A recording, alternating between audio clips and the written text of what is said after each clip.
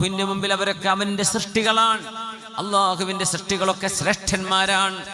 അതുകൊണ്ട് ആരും ആരെയും വേദനിപ്പിക്കരുതേ.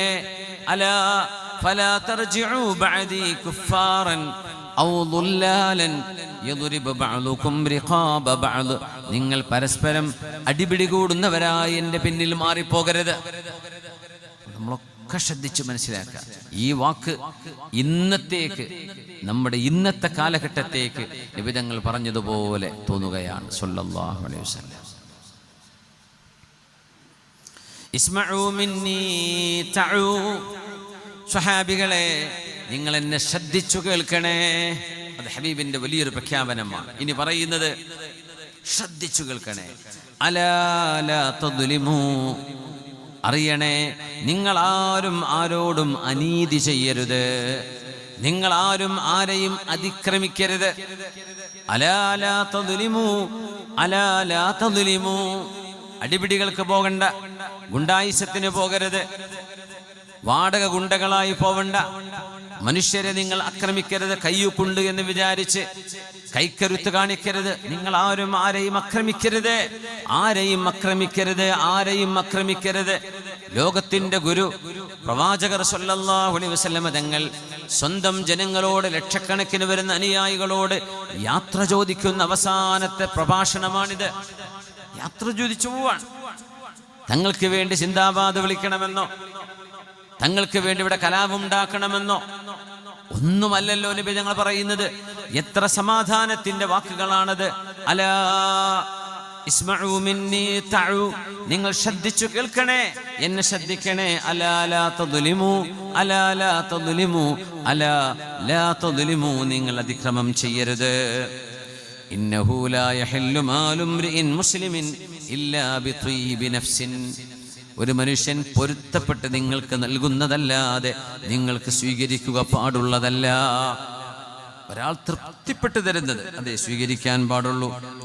വീണ്ടും പറഞ്ഞു, അലാ ലാ തർജിഉ ബഅദി കുഫാറൻ യദ്രിബു ബഅദുകും റിഖാബ ബഅദ്. വീണ്ടും പറഞ്ഞു, അടികൂടരുത്, തമ്മിൽ തല്ലുണ്ടാക്കരുത്, വിഭജനങ്ങൾ ഉണ്ടാക്കരുത്, എന്റെ കാലശേഷം നിങ്ങൾ വിഘടിച്ചു പോകരുത്. അലാ ഇന്ന ശൈത്വാന ഖദ് യഇസ അൻ യഅബ്ദുഹൽ മുസല്ലൂൻ. അല്ലാഹു അക്ബർ എന്ന് ചൊല്ലി നിസ്കരിക്കുന്ന മുസല്ലിമാർ, നിസ്കരിക്കുന്ന ആളുകള്, ആ ആളുകള് ഇനി ഒരിക്കലും പിശാചിനെ ആരാധിക്കില്ല എന്ന് പിശാചിനറിയാം. പിശാച് നിരാശയിലാണ്. ആരും ഇവരാരും പോയി ബിംബാരാധന ചെയ്യൂല.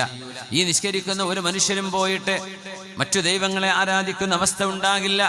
അതുകൊണ്ട് പിശാച് നിങ്ങളെ കൊണ്ട് ചെയ്യിപ്പിക്കാൻ പോകുന്നത് ബഹുദൈവ ആരാധനയല്ല. വലാകിന്നഹു റളിയ ഫിത്തഹ്രീശി ബൈനകും. നിങ്ങൾക്കിടയിൽ ശത്രുതയുണ്ടായി ഉരസലുണ്ടാക്കാൻ അവൻ പരിശ്രമിക്കും. അതിൽ നിങ്ങൾ വീഴുകയും ചെയ്യും. അത് ഞങ്ങളാണ് ശരി, നിങ്ങളെ തെറ്റ്, ഞങ്ങളാണ് ന്യായം, നിങ്ങളുടെ അന്യായം എന്ന് പറഞ്ഞ് മുഅ്മിനീങ്ങൾ, മുസ്ലിമീങ്ങൾ പരസ്പരം നിസ്സാരമായ പ്രശ്നങ്ങൾക്ക് വേണ്ടി ഫിത്തഹ്രീശി ബൈനകും, നിങ്ങൾക്കിടയിൽ അടിപിടിയും സ്വരച്ചേർച്ച ഇല്ലായ്മയും അവൻ ഉണ്ടാക്കും. നിങ്ങളെ കൊണ്ട് ബിംബാരാധന അവൻ ചെയ്യിപ്പിക്കില്ല. അവനറിയാം നിങ്ങളത് ചെയ്യില്ലെന്ന്. പക്ഷേ നിങ്ങൾ അടിപിടി കൂടും. എത്ര സത്യമാണ് ഹബീബിന്റെ വാക്ക്, എത്ര സത്യമാണിത്. നമ്മളിത് കേൾക്കാത്തത് കൊണ്ടാണോ, അറിയാത്തത് കൊണ്ടാണോ, കേട്ട് മറന്നുപോയിട്ടാണോ?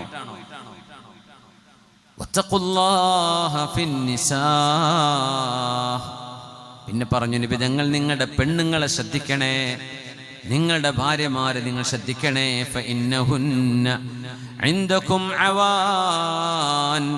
നിങ്ങളെ ആശ്രയിച്ചു ജീവിക്കുന്നവരാണ് നിങ്ങളുടെ ഭാര്യമാർ. അതുകൊണ്ട് നിങ്ങളവരെ ശ്രദ്ധിച്ച് കരുതലോടെ, ആ ഭാര്യമാരെ ശ്രദ്ധയോടെ നിങ്ങൾ പരിപാലിച്ചു കൊണ്ടുവരണം. ആ പെണ്ണുങ്ങളെ നിങ്ങൾ ശ്രദ്ധിക്കണം.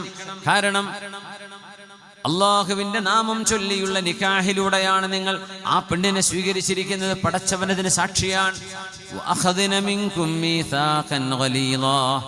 അള്ളാഹുവിന്റെ നാമത്തിൽ നിങ്ങൾ ഒരു കടുത്ത ഉടമ്പടിയിലാണ് അവിടെ ഒപ്പുവെച്ചിരിക്കുന്നത്. ആ ഉടമ്പടിയിൽ നിങ്ങൾ സ്വീകരിച്ച നിങ്ങളുടെ പെണ്ണുങ്ങൾ, നിങ്ങളുടെ സഹധർമ്മിണിമാർ, നിങ്ങളുടെ മക്കളുടെ ഉമ്മമാർ, നിങ്ങൾ അവരെ ശ്രദ്ധിക്കണേ, അവരെ ശ്രദ്ധിക്കണേ. ഇത് ദുൽഹിജ്ജയിലാണ് നബി നിങ്ങൾ പറയുന്നത്. ദുൽഹിജ്ജയിലെ 10ാമത്തെ ദിവസമാണിത്. ദുൽഹിജ്ജ അവസാനിച്ചു. അത് കഴിഞ്ഞാൽ മുഹറം, സഫർ, റബീഉൽ അവ്വൽ 3 മാസമാണ് ഇനി ബാക്കിയുള്ളത് നബി തങ്ങൾക്ക് ലോകത്തോട് വിട പറയാൻ. 3 മാസം കഴിഞ്ഞപ്പോൾ ലോകത്തോട് വിട പറഞ്ഞ അന്ത്യപ്രവാചകർ ഈ പ്രഭാഷണം തുടങ്ങും മുമ്പ് ജനങ്ങളോട് പറഞ്ഞു, ജനങ്ങളെ ഒന്ന് ശ്രദ്ധിച്ചു കേൾക്കണേ. ലഅല്ലി ലാ അൽഖാകും ബഅദ ആമികും ഹാദാ ഫീ മഖാമി ഹാദാ. ഇതുപോലെ ഇനി ഒരു അറഫയിൽ ഇതുപോലെ നിങ്ങൾ ഓരോരുത്തരെയും ഒരിക്കലൂടെ ഞാൻ നിങ്ങൾ അഭിമുഖീകരിക്കാൻ ജീവിച്ചിരിപ്പുണ്ടാകുമെന്ന് എനിക്ക് തോന്നുന്നില്ല. അതുകൊണ്ട് ഇത് അന്ത്യപ്രഭാഷണമാണ്. ഇനി ഞാൻ നിങ്ങളുടെ മുമ്പിൽ ഇങ്ങനെ വന്ന് സംസാരിക്കണമെന്നില്ല. ഇനി ഒരിക്കലൂടെ എനിക്ക് നിങ്ങളെ കാണാൻ കഴിയുമെന്നും എനിക്ക് തോന്നുന്നില്ല. ഇതൊക്കെ തങ്ങൾ പറയുമ്പോഴേ ഒരസുഖം പോലുമില്ലാതെ, വടിവത്ത ശരീരം, ഒരു കുടവയറ് പോലുമില്ലാതെ, ഒരു പനി പോലുമില്ലാതെ ഹബീബാനബി തങ്ങൾ പൂർണ്ണ ആരോഗ്യത്തോടെ ജീവിച്ചിരിക്കുന്ന 63-ാമത്തെ വയസ്സിലാണ് പുണ്യനബി തങ്ങൾ ഈ വാക്കുകളൊക്കെ പറയുന്നത്. അടുത്ത വർഷം ഞാൻ ജീവിച്ചിരിക്കണമെന്നില്ല. അതുകൊണ്ട് ശ്രദ്ധിച്ചു കേൾക്കണേ. ഈ ഉമ്മത്തിന്റെ ഐക്യമാണ് വീണ്ടും വീണ്ടും വീണ്ടും പറഞ്ഞത്. അടിപിടി കൂടരുത് എന്ന് പറഞ്ഞു. എന്നിട്ട് പറഞ്ഞു, നിങ്ങളുടെ പെണ്ണുങ്ങളെ നിങ്ങൾ ശ്രദ്ധിക്കണേ. ലാ യംലികുന ലിഅൻഫുസിഹിന്ന ശൈആ. ആ പെണ്ണുങ്ങൾ നിങ്ങൾ ഉപദ്രവിച്ചാൽ നിങ്ങളുടെ അടി തടുക്കാനുള്ള കൈക്കരുത്തവർക്കുണ്ടാവണമെന്നില്ല. നിങ്ങൾ ഇറക്കി വിട്ടാൽ അവർക്ക് കയറി ചെല്ലാൻ ഇടമുണ്ടാകണമെന്നില്ല. ആ പെണ്ണുങ്ങൾക്ക് ദൗർബല്യമുണ്ടാവാം, അവർക്ക് ദുർബലതയുണ്ടാവാം. ആ പെണ്ണുങ്ങൾക്ക് ആശയും ആശ്രയവും അഭയവും ഭർത്താക്കന്മാരായ നിങ്ങൾ അള്ളാഹുവിനെ വെച്ച് കൊടുത്തതാണ് അവർക്ക് വാക്ക്. ആ വാക്ക് നിങ്ങൾ പാലിക്കണേ, പാലിക്കണേ. വഇന്ന ലഹുന്ന അലൈക്കും ഹഖ്ഖാ. എന്നാൽ ആ വഇന്ന ലഹുന്ന അലൈക്കും ഹഖ്ഖാ. ആ പെണ്ണുങ്ങൾക്ക് അവകാശപ്പെട്ടത് നിങ്ങൾ വകവെച്ചു കൊടുത്തേ പറ്റൂ. വലക്കും അലൈഹിന്ന ഹഖ്ഖാ. എന്നാൽ പെണ്ണുങ്ങൾ ഭർത്താക്കന്മാർക്ക് വകവെച്ചു കൊടുക്കേണ്ടതും ഉണ്ട്. അത് പെണ്ണുങ്ങൾ ഭർത്താക്കന്മാർക്ക് വകവെച്ചു കൊടുക്കുകയും വേണം. എന്നിട്ട് പറയുന്നു, വിശദീകരിച്ചു, വഹഖ്ഖുകും അലൈഹിന്ന. ഒരു പെണ്ണ്, ഒരു ഭാര്യ തന്റെ ഭർത്താവിന് വേണ്ടി ചെയ്തു കൊടുക്കേണ്ട ഉത്തരവാദിത്തങ്ങളിൽ പ്രധാനപ്പെട്ട ഒന്ന് അല്ലാ യൂതി അന്ന ഫുറുഷകും അഹദൻ ഗൈറകും. വിവാഹം ചെയ്ത് നിങ്ങളെ ജീവിതത്തിലേക്ക് സ്വീകരിച്ചവരാണ് നിങ്ങളുടെ ഭർത്താക്കന്മാർ. അതുകൊണ്ട് നിങ്ങളുടെ ശരീരം നിങ്ങളുടെ ഭർത്താവല്ലാതെ മറ്റൊരാൾ തൊടാൻ നിങ്ങൾ നിന്ന് കൊടുക്കരുത്. ഒരു വലിയ പാഠമാണിത്. നിങ്ങളുടെ ഭർത്താവ് പ്രവാസിയാകാം, നാട്ടിലാകാം, യാത്ര പോകുന്ന ആളാകാം. നിങ്ങളെ ശാരീരികമായി നിങ്ങളുമായി കൂടെ ശയിക്കാനുള്ള അവകാശവും അധികാരവും അള്ളാഹു അനുവദിച്ചു കൊടുത്ത നിങ്ങളുടെ ഭർത്താവിന് മാത്രമാണ്. അതുകൊണ്ട് നിങ്ങളുടെ ഭർത്താവിനല്ലാതെ നിങ്ങളുടെ ശരീരം നിങ്ങൾ മറ്റൊരാളുടെ മുമ്പിലും പോയി നിങ്ങളുടെ ശരീരം അടിയറവ് പറയരുതേ. നിങ്ങളിത് ചെയ്യരുത്, വ്യഭിചാരം ചെയ്യരുത്. ഇതൊരു പെണ്ണ് തിരിച്ചു തന്റെ ഭർത്താവിനോട് ചെയ്യേണ്ട കടമയാണ്, ചെയ്യാൻ പാടില്ല.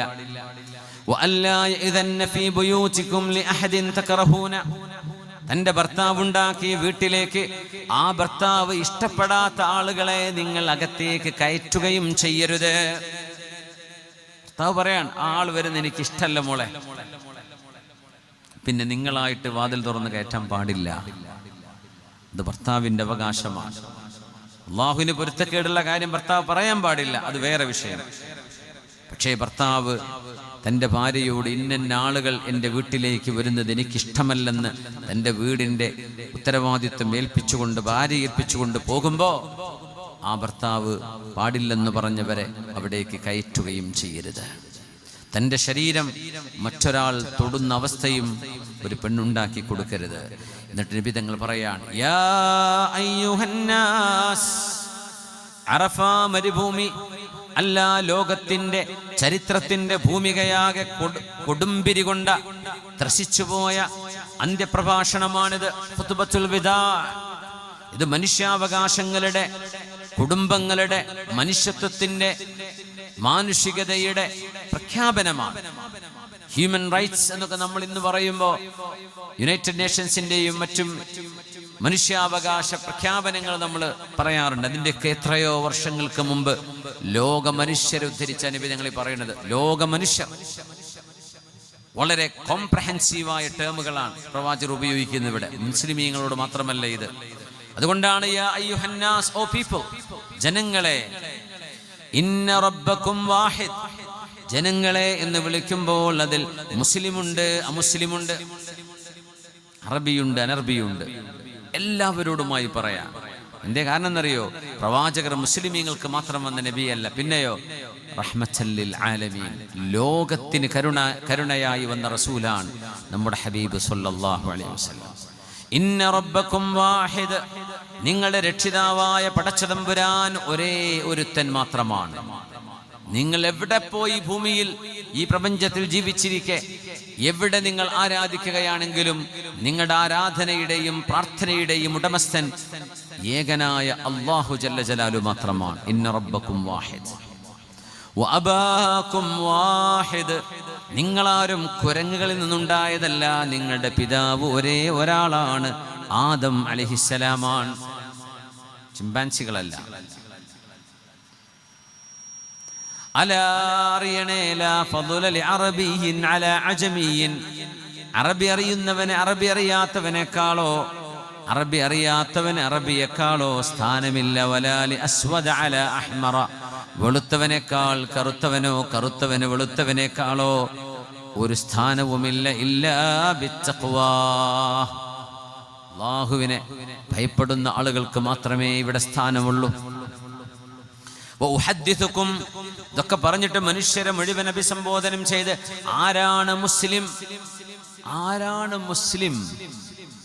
യാ അല്ലാഹ്, നബി തങ്ങൾ പറയാ, ഇമാം തബറാനിയുടെ റിവായത്തിൽ ഇങ്ങനെ ഒരു ഏറെയുമുണ്ട് ഖുത്ബത്തുൽ വിദാഇൽ. അലാ ഉഹദ്ദിസുകും അനിൽ മുസ്ലിം, 23 വർഷം ആരാണ് മുസ്ലിം, ആരാണ് മുഅ്മിൻ എന്ന ദഅവത്ത് ചെയ്ത നബിയാണ്. അറഫയുടെ മരുഭൂമിയിൽ നിന്നുകൊണ്ട് ആരാണ് മുസ്ലിമെന്ന്, ഇനി മരിക്കാൻ പോകുന്ന വഫാത്തിനോടടുത്ത് നിൽക്കുന്ന ഇസ്ലാം പൂർത്തിയായി എന്ന ആയത്തിറങ്ങിയതിന് ശേഷം ആരാണ് മുസ്ലിം എന്ന് നിബിധങ്ങൾ കൺക്ലൂഡ് ചെയ്യാൻ നമ്മളൊക്കെ ശ്രദ്ധിച്ച് കേൾക്കണേ. ആരാ മുസ്ലിം എന്ന് പറഞ്ഞാൽ ഷഹാദത്ത് കലിമ ചൊല്ലിയ ആള് അല്ലേ, അതൊരർത്ഥമാണ്. അതോടുകൂടെ ഒരാൾ ഷഹാദത്ത് ചൊല്ലിയാൽ റസൂലുള്ളാഹി തങ്ങൾ വിഭാവനം ചെയ്ത മനുഷ്യനായ അയാൾ മാറുന്നുണ്ടോ? അയാൾ എല്ലാവിധ തോന്നിവാസം ചെയ്യും, ഷഹാദത്ത് ചൊല്ലിയിട്ടുണ്ട്, ഇതാണോ മുസ്ലിം? അല്ല.